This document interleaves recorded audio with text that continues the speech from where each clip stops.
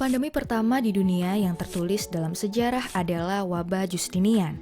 Wabah ini terjadi pada tahun 541 sampai 542 Masehi, yang kemudian disusul dengan wabah-wabah lainnya, mulai dari The Black Death sampai COVID-19. Wabah-wabah tersebut dapat dihentikan penyebarannya dengan beberapa cara, selain dengan memahami cara penyebarannya, yaitu dengan menemukan obat dan vaksinnya.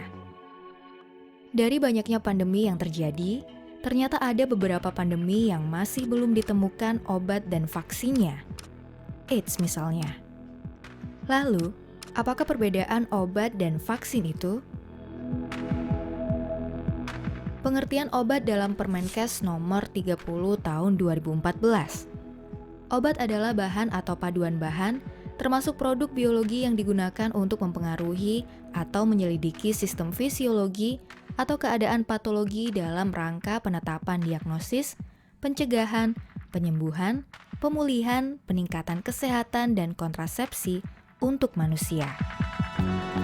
Sedangkan vaksin yang tercantum dalam Permenkes nomor 12 tahun 2017, vaksin adalah produk biologi yang berisi antigen berupa mikroorganisme yang sudah mati atau masih hidup yang dilemahkan, masih utuh atau bagiannya, atau berupa toksin mikroorganisme yang telah diolah menjadi toksoid atau protein rekombinan, yang ditambahkan dengan zat lainnya yang bila diberikan kepada seseorang akan menimbulkan kekebalan spesifik secara aktif terhadap penyakit tertentu.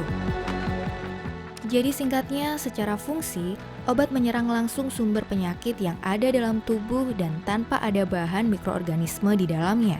Sedangkan vaksin, secara fungsi memberikan rangsangan respon imun agar kemudian menghasilkan antibodi dan dibuat berdasarkan mikroorganisme. Sebagian besar dari kamu pasti sudah paham tentang apa itu obat, karena banyak macam-macam obat yang bisa dibeli di apotek terdekat, dan bahkan ada obat yang bisa dibeli tanpa resep dokter. Lain hal dengan cara kerja vaksin. Vaksin yang masuk ke dalam tubuh memiliki tugas merangsang sistem imun untuk mengenali mikroorganisme dalam vaksin tersebut sebagai ancaman, menghancurkannya, dan untuk lebih mengenali dan menghancurkan mikroorganisme yang sama yang mungkin akan ditemui di masa depan. Pemberian vaksin ini disebut dengan vaksinasi. Dan saat ini vaksinasi merupakan metode paling efektif untuk mencegah penyakit menular. Pemberantasan cacar dan pembatasan penyakit seperti polio, campak, dan tetanus di seluruh dunia sangat terbantu dengan adanya vaksinasi. Efektivitas vaksinasi telah dipelajari dan diverifikasi secara luas. Konsep vaksin ini ternyata sudah ditemukan sejak berabad-abad lalu. Sejarawan Yunani kuno, Thucydides, pada tahun 429 sebelum Masehi, mengamati bahwa orang yang selamat dari wabah cacar di Athena tidak terinfeksi penyakit itu kembali. Konsep vaksinasi berkembang dari sini, yaitu untuk menghindari suatu penyakit, perlu mengalaminya terlebih dahulu tapi tetap selamat. Kemudian beberapa abad setelahnya, di Cina, imunisasi juga telah diterapkan sejak tahun 900 Masehi.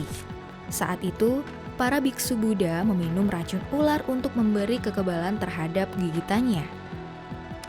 Hingga pada tahun 1796, seorang dokter di Berkeley, Amerika Serikat, Edward Jenner, mulai berinovasi pada vaksin.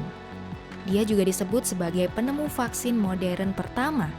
Dia membuktikan inovasinya berhasil pada sebuah komunitas ilmiah setelah ia berhasil memvaksinasi seorang anak laki-laki berusia 13 tahun dengan cacar sapi.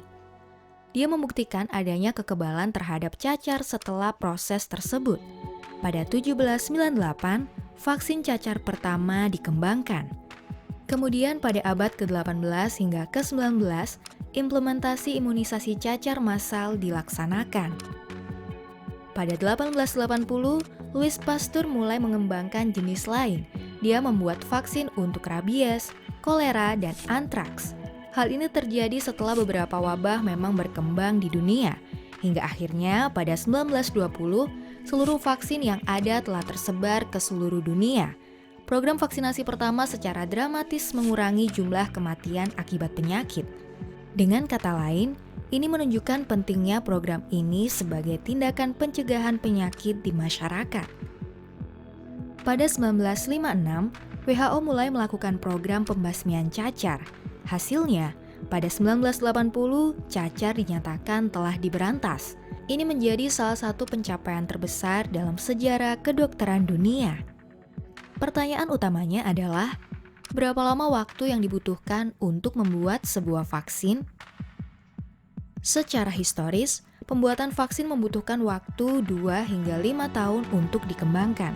Tetapi dengan upaya global dan belajar dari upaya masa lalu untuk mengembangkan vaksin, para peneliti berpotensi mengembangkan vaksin dalam waktu yang jauh lebih singkat, dengan teknis birokrasi yang dipermudah. Vaksin biasanya menjalani fase penelitian praklinis, di mana tusukan potensial pertama kali diuji pada hewan untuk memastikan itu aman dan memunculkan respon kekebalan. Langkah selanjutnya adalah uji coba pada manusia, yang secara tradisional membutuhkan waktu bertahun-tahun, kemungkinan akan lebih sulit untuk dilakukan. Jika vaksin potensial terbukti aman pada fase 1, maka akan dilanjutkan ke uji coba fase 2, di mana para peneliti menguji sekelompok kecil orang untuk melihat apakah vaksin itu berfungsi. Itu diikuti oleh uji coba fase 3, di mana hal yang sama dilakukan dengan sampel yang lebih besar. Namun, ilmuwan harus mengumpulkan banyak data dan menganalisanya untuk memastikan vaksin bekerja pada manusia dan tidak menimbulkan efek samping yang buruk. Proses ini memerlukan waktu yang lama dan seringkali telah melewati puncak epidemi atau pandemi. Setelah dinilai aman untuk digunakan, vaksin ini harus melalui tahapan persetujuan akhir oleh regulator untuk diproduksi secara massal dan didistribusikan. Saat ini tercatat ada lebih dari 80 grup di seluruh dunia yang sedang meneliti dan mengembangkan vaksin. Pada Februari lalu, WHO mengatakan untuk vaksin COVID-19 sendiri akan selesai dibuat dalam 18 bulan mendatang atau sekitar pertengahan tahun 2021. Langkah ini merupakan capaian ilmiah luar biasa, namun belum ada jaminan hasilnya akan efektif.